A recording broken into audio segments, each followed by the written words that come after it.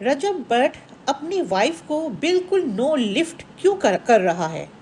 क्यों अपनी वाइफ को टाइम नहीं दे रहा है? आज इस पे हम बात करेंगे। जो मुझे फील हुआ मैं अपना रिव्यू दूंगी। तो चलिए जी स्टार्ट करते हैं। अस्सलाम वालेकुम। जी जनाब, मशहूर यूट्यूबर, मशहूर टिकटॉकर रजब भट्ट, अब ये शादी को हफ्ता ही हुआ है कि रजब भट्ट जो है, मुझे ऐसा लग रहा है उनकी व्लॉग को देख के कि उनके लिए, अपनी वाइफ के लिए टाइम है ही नहीं। बल्कि ये अभी नई नई दुल्हन है, इनके साथ तो इनका टाइम स्पेंड करना बहुत ज़रूरी है। तो मुझे बड़ा ही बुरा लगा कि बेचारी तरसती हुई आंखों से देख रही होती है रजब भट्ट को कि उसको भी थोड़ा टाइम मिल जाए। मगर रजब भट्ट तो बस अपनी ही मस्ती में और अपने दोस्तों के साथ, बस चार दोस्त और रजब भट्ट। बट मैं एक बात कहूँगी आपको कि माना के दोस्त दोस्त अच्छी बात होती है, दोस्ती करनी चाहिए, दोस्त होने चाहिए। मगर जहाँ आपकी पहली प्रायोरिटी आपकी वाइफ है, तो आपको अपने वाइफ पे ज़्यादा तवज्जो देनी चाहिए, उसको ज़्यादा टाइम देना चाहिए।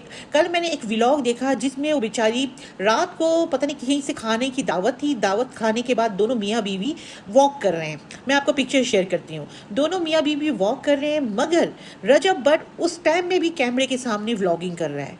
तो अचानक वो बेचारी अपनी मासूम कहते हैं ना, आंखों से, तरसी हुई आंखों से वो कह रही होती है कि मैं आपके साथ टाइम स्पेंड करने आई हूँ। तो रजब भट्ट को थोड़ी पता नहीं शर्म आई, तो उसने अपना व्लॉग को वहीं पे बंद किया। मैं तो बस हैरान हूँ कि रजब भट्ट, आप बहुत खुशनसीब है कि आपको ईमान जैसी इतनी क्यूट, इतनी प्यारी और इतनी भोली बीवी मिली है। अगर आप यही हरकत अगर क्या कहते हैं, डकी भाई की वाइफ की तरह, या फिर क्या कहते हैं, इकरा कंवल की तरह, अगर आपने ये हरकत उन जैसी लड़कियों के साथ किया होता, तो मेरे ख्याल में आपके सर में बाल भी नहीं होते। मगर मैं अगेन कह रही हूँ कि आपकी बेगम ईमान बहुत प्यारी है, बहुत अच्छी है, बड़ी सादी सीधी, बहुत मासूम है। उसको टाइम दें, उसके साथ उसकी कम से कम मियाँ बीवी में इतना तो अंडरस्टैंडिंग हो ना कि आप एक दूसरे को समझें। अभी शुरू शुरू के दिन हैं और आप बिल्कुल हवाओं में उड़ रहे हैं। तो आपकी ये हवाओं में पतंग की तरह उड़ने की वजह से वो बेचारी पूरे घर में मारी मारी फिर रही है। तो मुझे ख़ास तौर पे जब से मैं आपका व्लॉग देख रही हूँ शादी के बाद, तो मुझे ऐसा लग रहा है कि मुझे उस बच्ची पे बड़ा तरस आ रहा है, मुझे बड़ा अफसोस हो रहा है कि यार, अगर इसी तरह आपकी बहन के साथ आपकी बहनोई करे तो आपको कैसा लगेगा।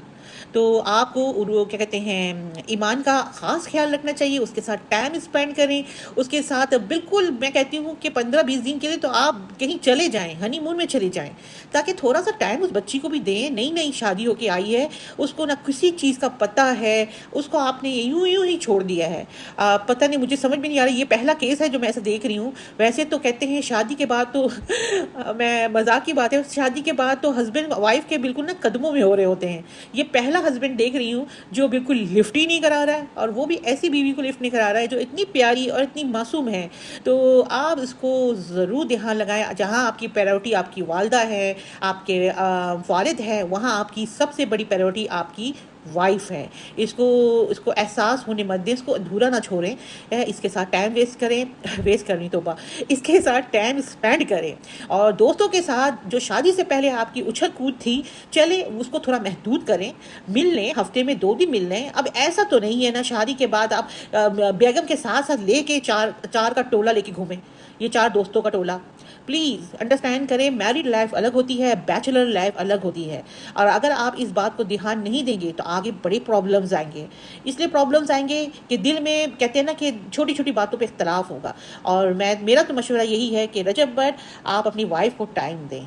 जस्ट इट, बस मेरा यही कहना था। चलिए जी, दुआओं में याद रखिएगा। और